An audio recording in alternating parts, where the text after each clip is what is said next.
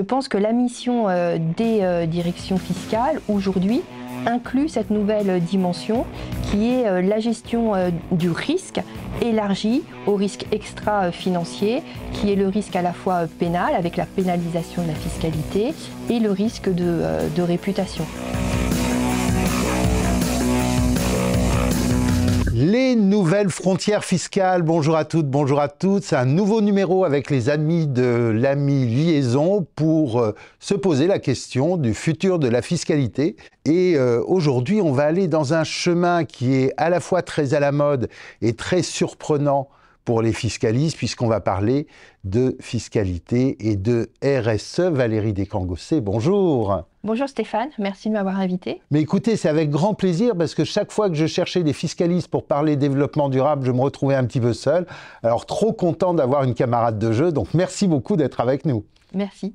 Alors, vous êtes directeur fiscal de transition, vous nous faites l'amitié de vous arrêter dans le studio, l'AMI Liaison, entre une arrivée chez Eutelsat dès demain, si j'ai bien compris. Exactement. Et un passage d'une douzaine de mois chez un leader de la transition énergétique.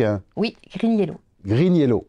Vous êtes passé avant dans les maisons prestigieuses autour de l'énergie quand même, comme l'air liquide. Et donc, c'est assez logique, cette passion pour le développement durable, pour les impacts. On va revenir sur ce qu'est la RSE, mais avant toute chose, c'est un petit peu une constante, une boussole dans votre parcours, d'être toujours dans des environnements à impact. Oui, effectivement, puisque en fait, précédemment, j'exerçais chez Suez Environnement. Donc, avec toujours cette notion de durabilité. Et en fait, la durabilité, c'est une vraie question pour le fiscaliste, notamment lorsqu'il a des choix à faire en matière d'arbitrage entre une modalité pour mener à bien une opération ou une autre, une modalité qui peut être plus agressive, une autre moins agressive, et à défaut d'avoir une boussole en ce qui concerne la politique de l'entreprise ou du groupe, et notamment en ce qui concerne sa vision quant à son impact sur son environnement au sens large, il est difficile pour un fiscaliste de prendre une décision. Et c'est dans ce cadre-là, en fait, que je me suis intéressée au lien entre fiscalité et durabilité. Ben là, on va même aller assez loin puisqu'on arrive au niveau de la direction générale et on arrive vraiment à positionner le directeur fiscal comme étant dans le jeu stratégique de l'entreprise. Alors, c'est à la fois une question de durabilité pour l'entreprise, mais aussi une question de durabilité pour le directeur fiscal. Finalement, on va voir comment est-ce qu'on peut promouvoir sa direction fiscale à l'intérieur de l'entreprise. C'est un petit peu ça. Oui, complètement. Et donc, certaines entreprises, certains groupes ont déjà adopté une politique fiscale qui fait partie de la gouvernance à part entière du groupe, donc qui a été validée par exemple par un conseil d'administration ou un comité d'audit et qui dispose d'une politique fiscale écrite. Et puis d'autres sont plus en cours de réflexion quant à ce type de démarche. Mais c'est une véritable démarche qui, je pense, va devenir indispensable à court, moyen terme, compte tenu de l'évolution législative, qu'il s'agisse de la réglementation ou de ce qu'on appelle la soft law, qui s'impose de fait aux entreprises. Alors on va regarder tout ça en détail. Première fois que je vous ai attrapé sur LinkedIn, vous étiez dans le Grand Nord, invité à une conférence sur ces questions, et vous me disiez en fait que Lego s'est équipé d'un responsable fiscal développement durable, donc ça va assez loin. Exactement. En fait, j'ai eu l'opportunité d'assister à une conférence organisée par un cabinet danois. Le directeur fiscal de Lego intervenait. Il a présenté sa direction fiscale, qui inclut 36 fiscalistes, si j'ai bonne mémoire. Et il a indiqué avoir créé un département Tax Governance qui inclut 4 personnes. Bon, on va voir comment est-ce que demain, ça peut donner de l'espoir pour certains de nos directeurs fiscaux pour arriver à renforcer leurs équipes et recruter. Alors, pourquoi d'abord fiscalité, RSE, développement durable? Pourquoi est-ce qu'on met ça aujourd'hui sur la table? On a parlé longtemps de fiscalité environnementale en disant que ça n'existait pas. La gouvernance, est-ce qu'on parle plus fiscalité dans les conseils d'administration par le passé? Le social, finalement, la fiscalité sociale peut-être au Mexique, mais pas en France. Pourquoi est-ce qu'on fait cet amalgame aujourd'hui? Parce que je pense que la perception de la fiscalité par la société civile a évolué. Il y a quelques années, en tout cas quand j'ai commencé, la fiscalité était une sorte de boîte noire qui n'intéressait que les fiscalistes qui étaient contents de parler fiscalité entre eux. Aujourd'hui, en fait, la société civile s'y intéresse. Vous trouvez de nombreux articles dans la presse généraliste. Il n'y a plus aucune tolérance en ce qui concerne la fraude fiscale. Il y a même une idée délétère. Même l'optimisation, hein, d'ailleurs. Même l'optimisation. En fait, c'est un mot qui est pratiquement banni aujourd'hui, enfin une expression qui est bannie. Et en fait, les attentes de la société vis-à-vis des entreprises et de l'impôt ont changé. On parle de juste montant d'impôt sans qu'il existe de définition absolue en ce qui concerne sa signification. Mais en fait, on demande aux entreprises, aux groupes, de contribuer au développement durable, notamment en payant leurs impôts dans les juridictions où elles travaillent, ou bien compte tenu de l'évolution des règles de fiscalité internationale où leurs clients sont implantés. Et les entreprises, en fait, qui ne répondent pas à ces attentes, supportent des risques, notamment en matière de réputation. Sachant que c'est même une compréhension de l'impôt, parce que quand on dit le juste impôt, quelquefois, il y a une compétition avec d'autres juridictions où on aide les entreprises à s'exporter notamment, et on se retrouve en compétition avec elles. Donc il y a quand même un choix qui va au-delà des frontières et de ce que l'on connaît des lois de finances. Donc c'est un débat qui est quand même extrêmement compliqué. Du coup, ça accélère, ça catalyse le développppement des directions fiscales par rapport à ces questions. Ça donne une ouverture. Oui, je pense. Alors c'est un débat qui est assez subjectif. Hein. C'est aussi ce que vous nous dites. Et en tout état de cause, je pense que la mission des directions fiscales aujourd'hui inclut cette nouvelle dimension qui est la gestion du risque élargi au risque extra-financier, qui est le risque à la fois pénal, avec la pénalisation de la fiscalité, et le risque de réputation. Donc l'impôt, en général, on entend par impôt sur les sociétés, quand bien même, évidemment, l'impôt n'est pas que l'impôt sur les sociétés. Oui, et puis très souvent, en plus, il y a beaucoup plus d'impôts indirects. Enfin, on prend le tarif douanier, on prend pour les spécialistes les accises, on prend tous ces éléments, même la TVA, qui souvent sont négligés, en fait, ne sont pas très communiqués dans l'information financière des entreprises. Oui, alors c'est vrai que l'information porte essentiellement sur l'impôt sur les sociétés. Ouais. Ensuite, les CBCR portent sur l'impôt sur les sociétés. Country by Country Report, donc une obligation qui est assez récente, hein, qui a maintenant 2-3 ans. Si alors en fait, il y a un Country by Country qui était donc un reporting fiscal qui était réservé à l'administration fiscale française, par exemple, et qui maintenant est élargi au grand public. Hein, la mesure est entrée en vigueur. Ouais. Donc, cette obligation de publication porte sur l'impôt sur les sociétés, mais il est vrai que les autres impôts pèsent parfois plus lourd que l'impôt sur les sociétés. Et d'ailleurs, certains groupes qui se sont engagés sur la base du volontariat à publier des rapports de transparence fiscale font le choix de publier au-delà de l'impôt sur les sociétés, donc les autres taxes, comme vous le dites, et parfois la TVA, c'est-à-dire l'impôt qui est collecté pour le compte de l'État, mais grâce à l'activité de l'entreprise. Alors, ces rapports de transparence fiscale, ça existe depuis un moment à l'étranger, ça existe dans le domaine minier, dans le domaine pétrolier, parce que c'est vrai que l'impact d'une exploitation minière sur les finances publiques d'un État en développement, c'est quelque chose d'important. Donc il y a ces métiers qui ont pris de l'avance. Est-ce qu'on n'a pas un risque un petit peu comme le greenwashing, d'avoir du tax washing derrière ces rapports? C'est un exercice qui est simple, qui est compliqué à faire, qui est dangereux à la limite, qui s'arrête à la collaboration avec l'administration. Enfin, comment vous voyez ce qui est assez nouveau finalement? Je pense que c'est surtout un exercice à anticiper. Il y a une première question qui est l'accessibilité des informations qui feront l'objet d'une publication. C'est également la capacité à expliquer certaines situations. Par exemple, il peut être légitime pour un groupe de ne pas payer d'impôt sur les sociétés dans une juridiction tout simplement parce que le groupe est en capacité d'imputer des déficits. Oui, quand on exploite du pétrole, ça fait d'abord des déficits avant de faire des revenus, c'est ça? Mais ça, c'est parfois difficile à expliquer et à faire comprendre et à faire accepter au grand public. Après, la question qui se pose, c'est également de savoir jusqu'à quel niveau d'information le groupe veut aller. Est-ce qu'il souhaite inclure d'autres impôts? Est-ce qu'il souhaite inclure la TVA, ce dont on parlait tout à l'heure? Est-ce qu'il souhaite faire état de sa politique en matière de prix de transfert? Certains groupes ont fait ce choix-là. Oui, parce que ça peut être stratégique, on peut obtenir des rulings avec certains États. Donc là, on est un petit peu dans le même cadre que la publication de l'information financière générale, où on agglomère, c'est ça la manière de faire? Alors, en fait, certaines entreprises ont un chapitre spécifique prix de transfert dans leur rapport de transparence fiscale. Ouais. D'autres font état des rulings qu'ils ont pu obtenir avec l'administration fiscale.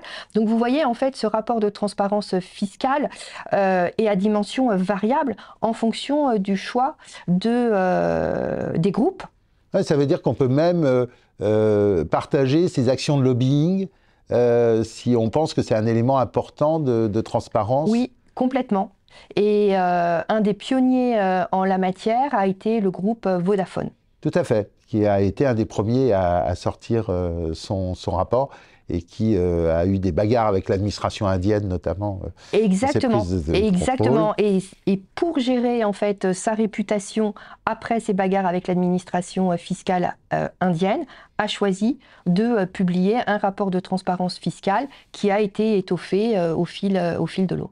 Alors pour l'instant, les entreprises ont un peu le choix, mais si on regarde l'évolution de ces reporting ou de ces demandes d'information au niveau européen, donc c'est CSRD, qui sont beaucoup l'instrument des juristes. On voit d'ailleurs plus des consultants pour l'instant que souvent des juristes, même si chez De Gaulle, on a pris pas mal d'avance sur ces questions. Vous croyez quelque chose qui va accélérer les choses, quelque chose qui risque d'exclure les fiscalistes du jeu, si on prend les systèmes de reporting qui sont demandés, SRD, si on prend même la taxonomie en tant que telle, il y a de la fiscalité. C'est comme dans Sapin 2, on a peut-être oublié qu'il y avait de la fiscalité. Alors, en fait, je pense qu'au contraire, le fiscaliste va de plus en plus faire partie de l'équipe RSE. S'il en a envie. Alors, je pense que même s'il n'a pas envie, il doit le faire, parce que c'est vraiment indispensable pour la sécurité du groupe. Le CBCR européen est entré en vigueur, donc il va falloir publier pour les groupes dont l'exercice coïncide à l'année civile si ça a un impact, 2025. Mais après tout, est-ce que vous ne croyez pas qu'on peut dire « Ah, mais comme chez certains auditeurs, il n'y a pas d'IS ». Donc, il n'y a pas d'impact. Effectivement. Alors là, en fait, peut-être qu'on doit distinguer le CBCR, où là, il n'y a pas le choix, il faut publier, et la CSRD. Et la CSRD, donc, son objectif est de homogénéiser les rapports de durabilité. Et la question qui se pose, c'est de savoir si la fiscalité est un élément matériel qui doit faire l'objet d'une déclaration au sein de ce rapport de durabilité. Donc, ça veut dire qu'en fait, certains fiscalistes qui ont du mal à formaliser une stratégie fiscale, là, ils vont être obligés de formaliser d'une manière ou d'une autre l'impact que la fiscalité peut avoir pour l'entreprise. Alors, c'est ce que demande la Commission européenne. Alors, pas spécifiquement en matière fiscale, mais sur tous les sujets qui concernent la vie de l'entreprise et qui ont un impact sur la société.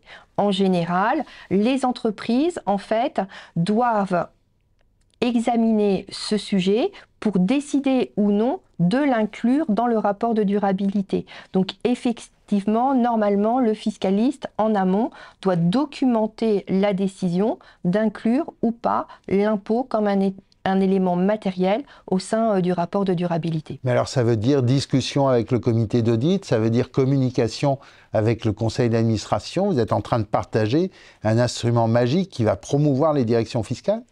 Je pense. Je pense que c'est le sens de l'histoire.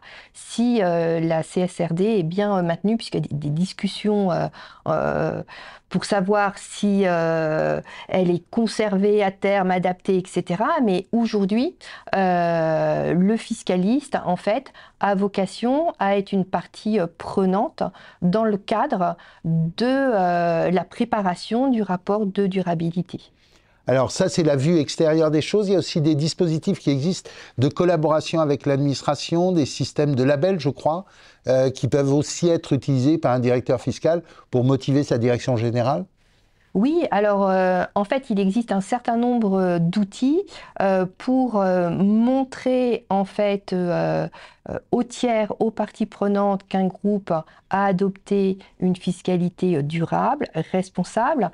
Je pense à des partenariats avec les administrations locales et en France, on a la relation de confiance. Je pense au programme... Qui commence à avoir un certain temps et oui, qui est quelquefois un petit peu compliqué à faire vivre ou maintenant... Moi, ce que j'ai compris, c'est que les entreprises sont plutôt heureuses d'avoir choisi, pour celles qui ont choisi de le faire, sont heureuses en fait du lien créé avec l'administration fiscale dans le cadre de la relation de confiance. D'accord. Il y a également d'autres types de programmes, comme le programme ICAP de l'OCDE, qui permet à des administrations de travailler de façon coordonnée avec une entreprise pour obtenir une sorte d'assurance. Le mot est un peu galvaudé en l'espèce. Oui, dans le terme anglo-saxon, en fait. Assurance. Exactement. Quant à la fiabilité d'une politique ou d'une démarche adoptée par un groupe, notamment en matière de prix de transfert, et ce qui a pour effet de minimiser en fait les risques fiscaux après que ces administrations fiscales aient travaillé et estimé que le risque était faible quant aux choix fiscaux faits par le groupe. Il y a également des certifications maintenant qui existent. Oui, j'ai compris qu'il y avait du bicorp fiscal, donc c'est pas uniquement la qualité de la supply chain, c'est aussi sa fiscalité. Exactement. Et il existe également une association anglaise qui s'appelle Fairtax et qui certifie la fiscalité des groupes qui choisissent de se tourner vers ce type d'organisation. Le dialogue avec les parties prenantes, ça c'est un élément qui est assez nouveau. Si on regarde, donc moi j'avais travaillé sur ces questions avec Jean-Pierre Lieb il y a une dizaine d'années. Les premiers échanges avec des transparency, avec des organisations internationales, étaient assez militants. Aujourd'hui, on a une plus grande maturité, en fait, de ces organisations. Je pense que ça dépend des organisations. En fait, compte tenu de ce que j'ai pu lire, certaines restent assez dogmatiques. Oui. Et j'ai l'impression que pour certaines d'entre elles, les entreprises, les groupes multinationaux ont forcément tort. Et d'autres sont plus ouvertes, prennent peut-être plus en compte la réalité de la vie économique. Peut-être qu'elles se sont dotées aussi tout simplement de fiscalistes. Plus de compétences, oui. Exactement. Et donc avec une appréciation qui est plus mesurée. Les choses évoluent, mais en tout état de cause, les parties prenantes se multiplient. Alors, on a envie d'y aller, Valérie, mais comment on fait quand on est directeur fiscal? Souvent, les responsables de développement durable, alors dans les entreprises aujourd'hui, maintenant qui font vraiment le job, hein, donc on est plus sur de la communication, la CSRD qui arrive, il y a souvent des projets transverses qui sont embarqués, il y a des responsables RSE qui ont été nommés. Le dialogue avec ces personnes, c'est quelque chose de commun ou c'est quelque chose d'assez nouveau à apporter? Est-ce qu'on ne part pas un petit peu après la bataille? Alors, je n'ai pas une énorme visibilité, pour être honnête, sur le sujet, mais ce que je comprends, c'est qu'il n'est pas intuitif pour les directions RSE d'aller chercher les fiscalistes, en fait. Donc, on est vraiment à la genèse du process et je pense qu'on va progresser au fil de l'eau, tout simplement. Mais ça demande quelle adaptation, quand même? Parce que ce n'est pas évident de travailler avec des responsables RSE qui n'ont pas forcément la fiscalité dans le radar et qui, pour nous, fiscalistes, n'ont pas forcément la plasticité que l'on aimerait, on va le dire comme ça? Alors peut-être que ça demande d'abord à ce que la direction fiscale soit complètement légitime. Et c'est notamment dans ce cadre qu'il est important que le groupe ait adopté une gouvernance fiscale. Et là, ça apporte vraiment de la légitimité pour aller toquer à la porte et pouvoir s'expliquer. Ensuite, une autre dimension qui est indispensable pour pouvoir interagir utilement, c'est d'avoir accès à des données qui ont été fiabilisées. Et donc là, c'est tout l'aspect digitalisation, data. Oui, rien que sur la partie fiscale. Là, c'est une discussion qu'on a eue avec Walid El Jafari d'Algonomia, dont c'est le job d'arriver à rationaliser et prendre de la data propre pour la rationaliser. Ça, c'est un élément extrêmement important avant de monter au créneau, c'est d'avoir son reporting qui tient bien la route. Exactement. Et ce qui n'est pas nécessairement évident, ce qui demande des ressources, du budget, du temps. Et je pense que ça, c'est une des évolutions en cours au sein des directions fiscales, dont les missions, en fait, sont en train d'évoluer. Et j'imagine que quand vous parlez gouvernance fiscale, c'est un vrai dialogue constructif, on va reprendre l'expression, avec un conseil d'administration, avec un comité exécutif. Ça veut dire un schéma un petit peu assez proche de celui de l'administration australienne recommandée au fonctionnement des conseils d'administration, qui inclut même des administrateurs qui ont cette connaissance fiscale. D'après votre expérience, on en est loin en France quand même, ou on progresse ? On progresse. Beaucoup de groupes ont adopté des politiques fiscales. Donc la question ensuite, c'est de savoir si ces politiques fiscales ont été complètement intégrées à la gouvernance ou non. Ouais. La seconde question, c'est peut-être de savoir si ces politiques fiscales sont restées confidentielles au niveau du groupe ou sont publiées de façon très ouverte, mais on progresse parce que, en fait, en tout état de cause, la pression du régulateur ne donne plus le choix. Oui, c'est même plus que le régulateur, c'est la vox populi maintenant. Exactement. C'est un élément de réputation en tant que tel. Et vous pensez donc, on recevait Laurent Bibaud de LLberg, que ces clients qui sont des clients mid-market ou des fonds, ont maintenant une écoute pour ce type de problématiques, ont intégré ces éléments de fiscalité comme étant une empreinte sociétale nécessaire à prendre en compte? Alors, ce que j'ai compris, mais il faudrait lui reposer la question, c'est que dans le cadre des audits d'acquisition, par exemple, une dimension RSE est systématiquement intégrée maintenant, ce qui n'était pas le cas il y a quelques années. Il y a 20 ans, on ne s'occupait pas de la compliance, et maintenant on intègre le coût de la compliance dans les data rooms. Ben là, vous dites RSE, ça y est.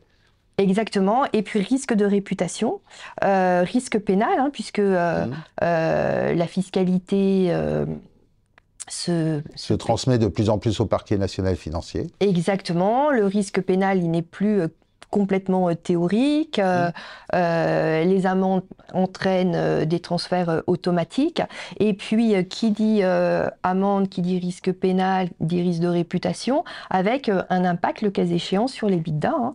Si les clients de l'entreprise qui supportent ce genre de difficultés ne sont pas contents, se détournent, vont vers le concurrent. On a un impact direct de l'extra-financier au financier. Et on peut même faire de la distribution de dividendes fictifs, si on vous écoute, pour aller jusqu'au bout. Non, quand même pas. Merci beaucoup de nous avoir ouvert la porte vers ces nouveaux horizons. Alors, demain, Eutelsat a une empreinte en tant que telle. Ça fait partie de votre mission de demain, d'intégrer la partie RSE? Alors, je vais découvrir Eutelsat demain, mais en tout état de cause, en ce qui concerne les choix, les options à prendre, évidemment, je tiendrai compte de ces dimensions. Ben, on viendra vous voir parce que chez De Gaulle, entre le satellitaire et la fiscalité et la gouvernance et la RSE, vous êtes sur des choses qui nous intéressent beaucoup. Merci. Un immense merci d'avoir pris du temps pour nous, d'être revenu de Normandie spécialement pour nous, chère Valérie, et puis on espère vous revoir bientôt. On remercie au passage Morgane Mailleux, rédactrice en chef de La Mi-Liaison, qui de temps en temps dénonce, alors elle ne vous a pas dénoncé, mais elle dénonce d'autres invités, donc n'hésitez pas à envoyer des petits mots à Morgane. On essaie de trouver les perles ensemble. À Tiffaine Dieny, qui nous permet de finir sur TikTok, c'est ma découverte, je m'en suis toujours parmi, et Hervé Vanrier qui est aussi le complice de Tiffaine à la technique et qui anime le studio L'Ami Liaison. On sera très heureux de vous retrouver le mois prochain pour un nouveau numéro des Nouvelles Frontières Fiscales. À très vite.